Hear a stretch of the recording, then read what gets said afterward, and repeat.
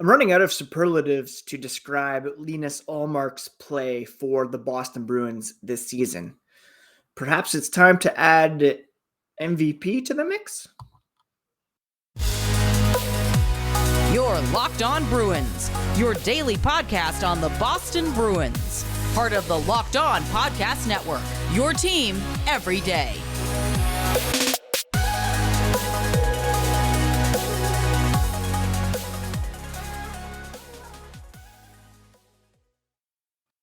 What is up, Bruins fans, and welcome back to the Locked On Boston Bruins podcast. I'm your host, Ian McLaren, and this is a daily show where we discuss all things Spoke to Be.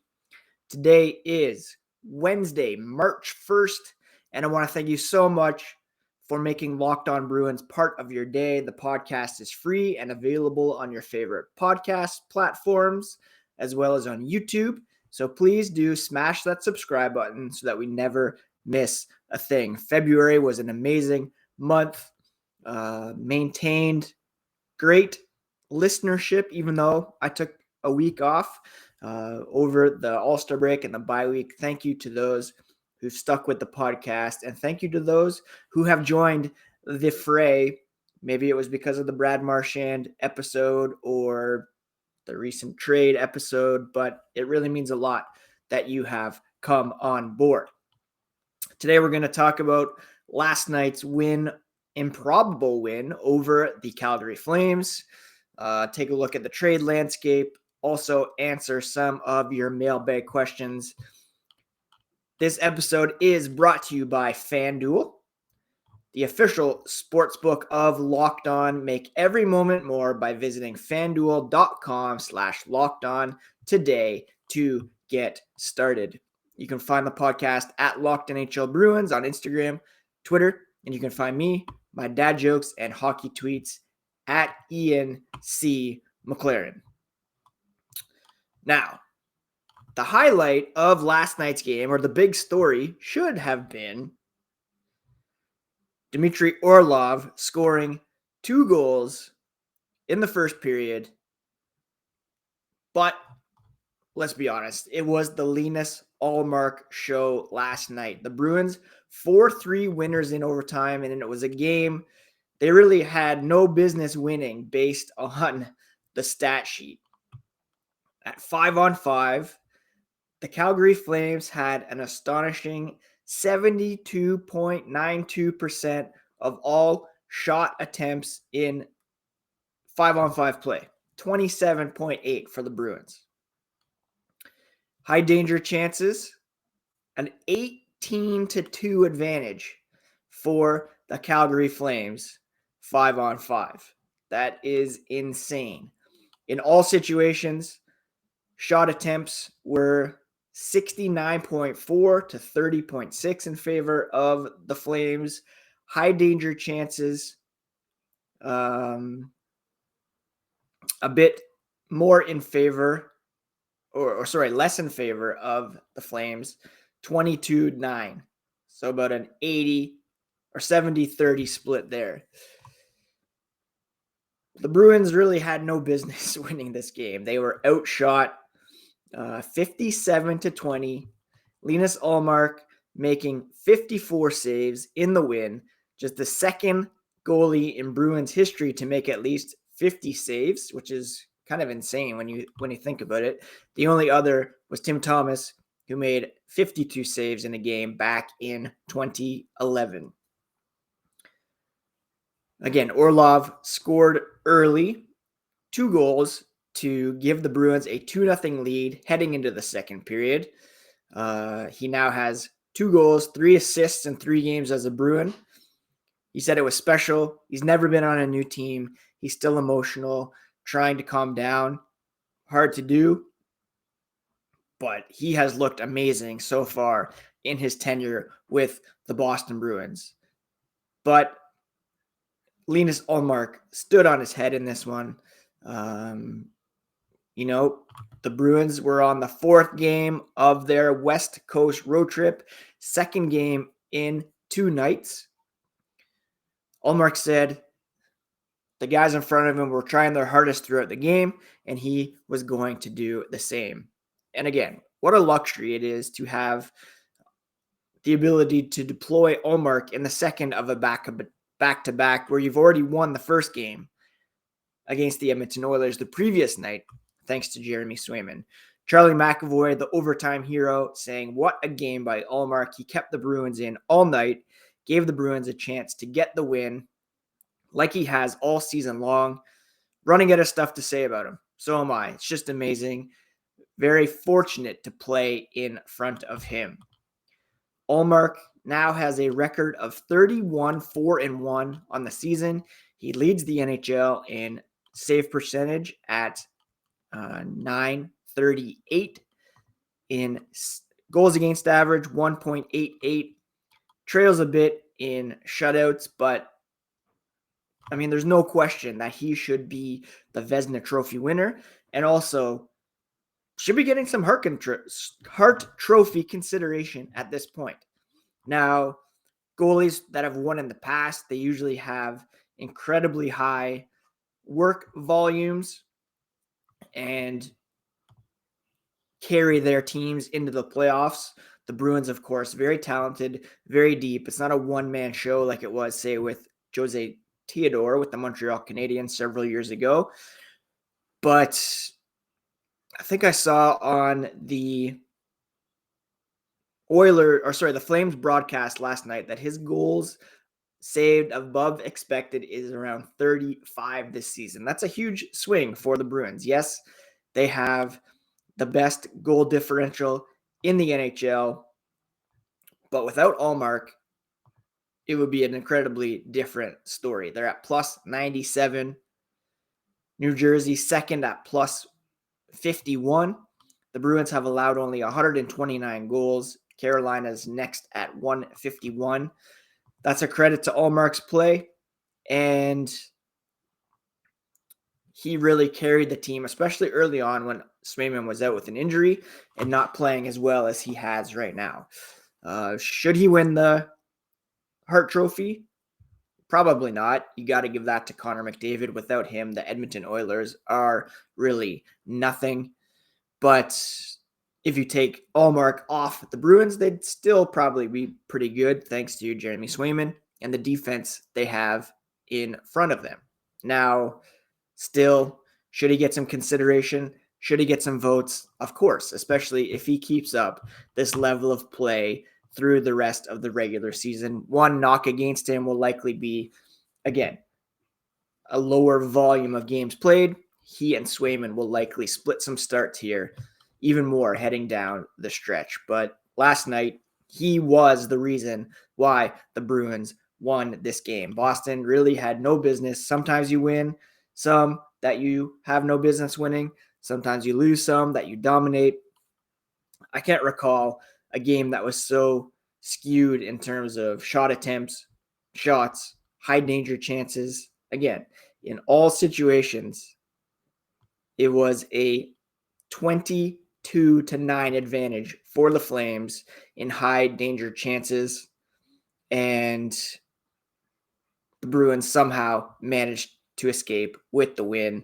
Expected goal differential was 5.57 for Calgary, 2.23 for Boston. So by all rights, this should have been like a 6-2 game, but because of Linus Ullmark, the Bruins came out with the 2 points.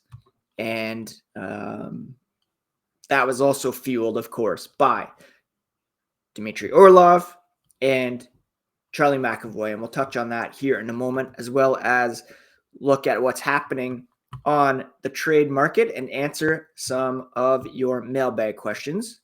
But first, this episode is brought to you in part by Indeed.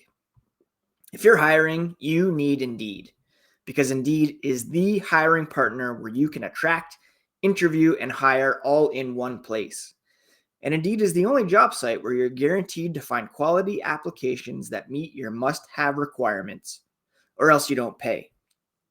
Instead of spending hours on multiple job sites hoping to find candidates with the right skills, you just need one powerful hiring partner that can help you do it all.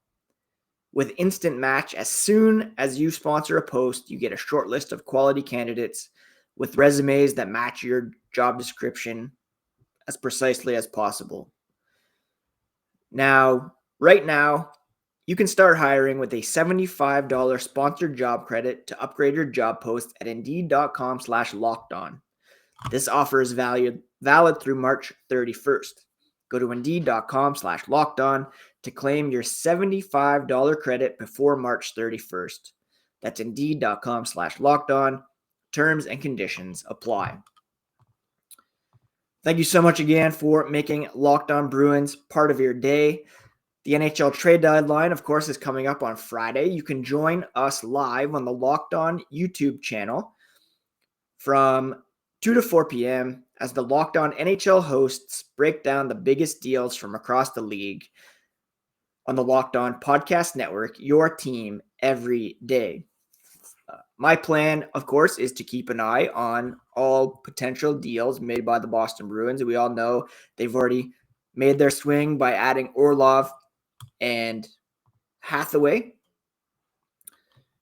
There's some big deals going on around the Eastern Conference. Patrick Kane traded to the New York Rangers.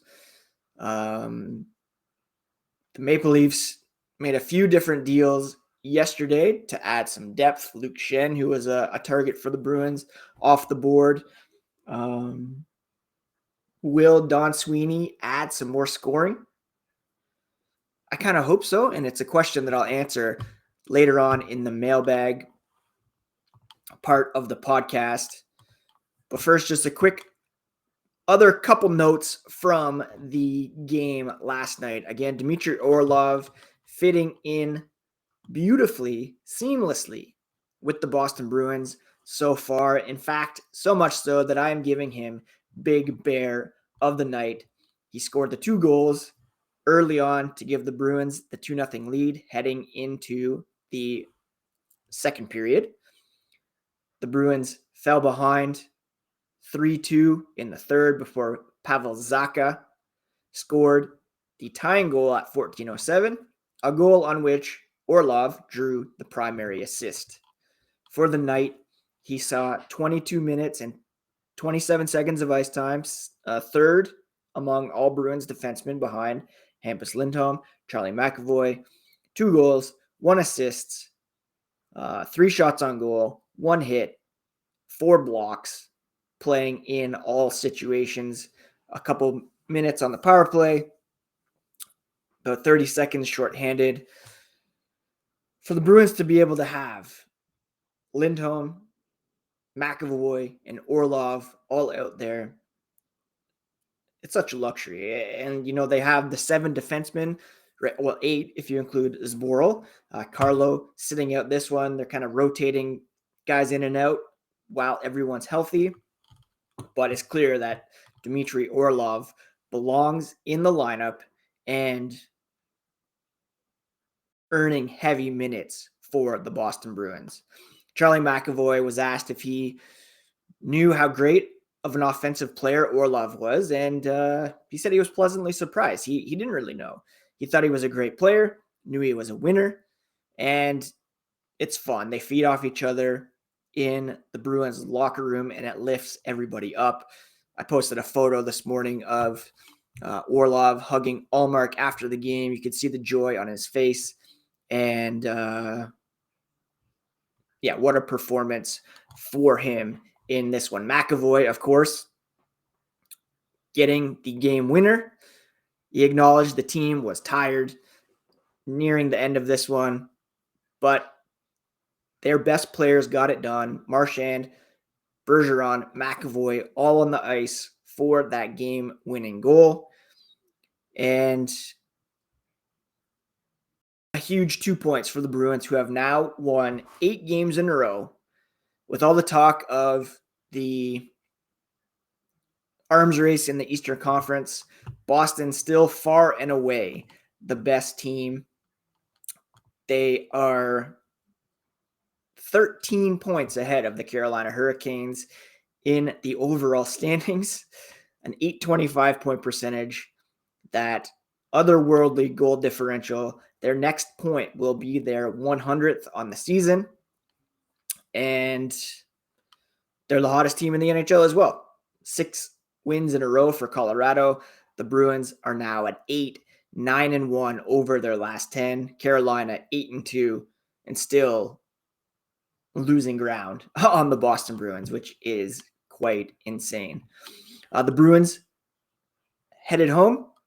They will now get ready. It's not going to get much easier. They have a pretty tough schedule here in March, specifically later on in the month, where they have 4-game weeks very regularly. To begin the month, it's a bit quiet. 4 home games over the next 11 days. Back-to-back situation on the 11th and 12th, home and home with the Detroit Red Wings. For now, they will get ready to take on the Buffalo Sabres on Thursday night, a team trying to scrape into the playoffs. And then they'll host Patrick Kane and the New York Rangers on Saturday afternoon, 1 p.m. start. That should be a great one. Going to answer a couple mailbag questions here in a moment. But this episode is also brought to you in part by FanDuel. FanDuel is the official sportsbook of Locked On and the NBA. It's the midway point of the NBA season, and now's the perfect time to download FanDuel. It's America's #1 sportsbook, and new customers get a no-sweat first bet of up to $1,000 in bonus bets back if your first bet doesn't win. Download the FanDuel Sportsbook app, which is safe, secure, super easy to use, and then you can bet on everything from the money line to point scorers and threes drained. FanDuel even lets you combine your bets for a chance at a bigger payout with the same game parlay. Don't miss the chance to get your no-sweat first bet of up to $1,000 in bonus bets when you go to FanDuel.com/lockedon. That's FanDuel.com/lockedon to learn more. Make every moment more with FanDuel, an official sports betting partner of the NBA.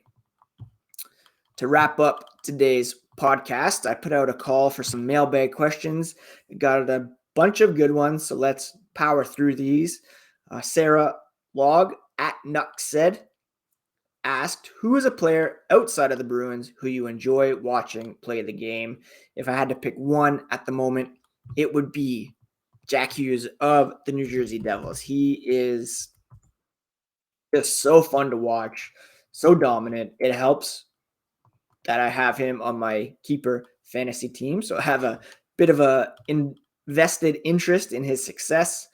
But I mean, either way, he is so skilled, so crafty, and so talented. And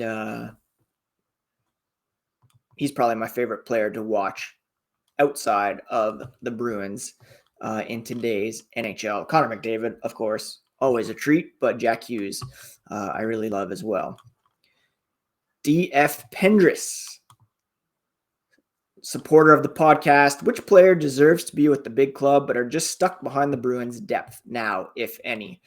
I mean, there's a bunch of options for the Bruins down on the farm. Vinny Lettieri got the call up, was injured, placed on waivers, sent back down. I'd love to see Fabian Lysell get a shot. Maybe he still needs a balance of the season down in the AHL. Could he be that third line scorer that is called up? Or could it be Oscar Steen who gets a shot? The guy who's really impressing me these days is Georgi Merkulov. He is a right-hand shot, so that could be attractive for the Bruins when they're looking for some scoring. 17 goals, 23 assists in 48 games.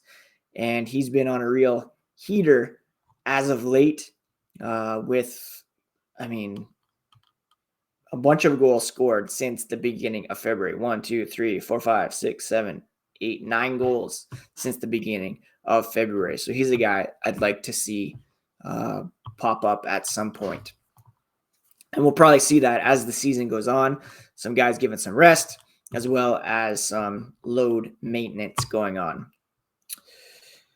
Sammy James at Hammer94 was last night the funniest win you've ever seen. They had no business winning that game, but somehow did. I loved it. I mean, It was pretty wild seeing Ullmark just stand on his head, the Bruins pulling it off. It just goes to show you how special this team is, and just getting those vibes from this team that it is something special brewing there for sure. Nick at Nick88866. What are the chances we land an upgrade over Frederick to skate with Hall and Coyle? Hard watching Frederick get easily pushed off the puck. I mean, I've been saying it for a while that I think the Bruins need to add something on the third line. Taylor Hall, of course, was injured, did not play against Edmonton or Calgary. So hopefully he's feeling better, maybe in time for Thursday's game. Nick Foligno left the game during the second period. Lower body injury, doubtful for Thursday's game. And it looks like it's not expected that Hall will play either. So we could see a call up here or perhaps somebody added via trade today. But yes, I do think they need an upgrade. I would love to see Tyler Bertuzzi in black and gold. Looks as though Max Domi is going to sign a contract extension with the Blackhawks. And tomorrow I will talk more about who's left on the trade board and where the Bruins might make their move, if any. Finally, at Canadian Josh, at DLC Kitchen, asks, being an Ontario boy, why are you a Bruins fan? I've answered this before on the pod, but in case you don't know the story, my father moved to Canada, specifically Trenton, Ontario, from Scotland when he was a wee gaffer. And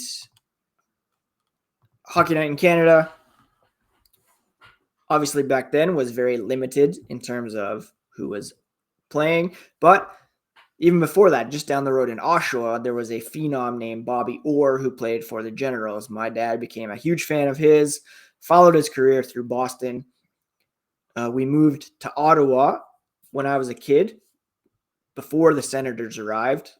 My dad is now kind of a fan of both the Bruins and the Senators, but the Bruins fandom stuck as we moved there from Toronto, actually, where I was born, to Ottawa, and I just picked it up.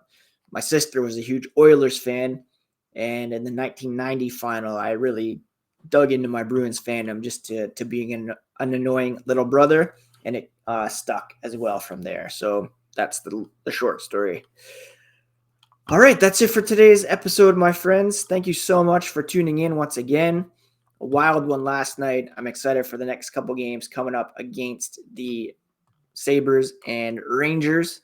And I highly recommend you subscribe on your favorite podcast app and on YouTube so that you never miss a thing with regards to the Boston Bruins, your favorite team, Locked On Network, all about your team every day. No matter who you cheer for, there's a podcast out there for you on the Locked On Network.